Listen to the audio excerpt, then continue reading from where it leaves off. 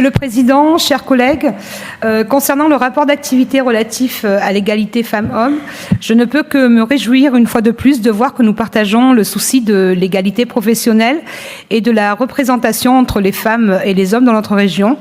Mais malheureusement, je vois aussi que vous restez sourds aux recommandations qui ont pu vous être faites par notre groupe en la matière.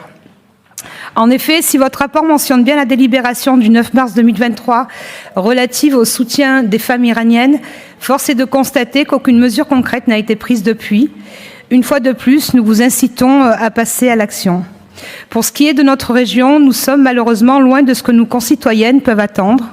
Est-ce un signe positif lorsque vous supprimez l'intégralité des aides à l'association de prévention contre les violences conjugales et sexistes Filaction, et ce sous la pression de l'extrême droite, ou encore quand on voit le retard accumulé par notre région dans la lutte contre la précarité menstruelle, alors que d'autres régions comme la région Grand Est ou la région Occitanie aident déjà de nombreuses lycéennes en leur fournissant par exemple des kits de protection hygiénique.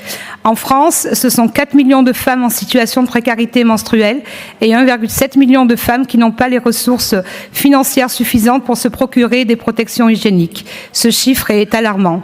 Alors, bien évidemment, nous prendrons acte de ce rapport avec l'espoir qu'un jour notre région devienne exemplaire dans le développement durable, mais aussi dans l'égalité femmes-hommes. Je vous remercie.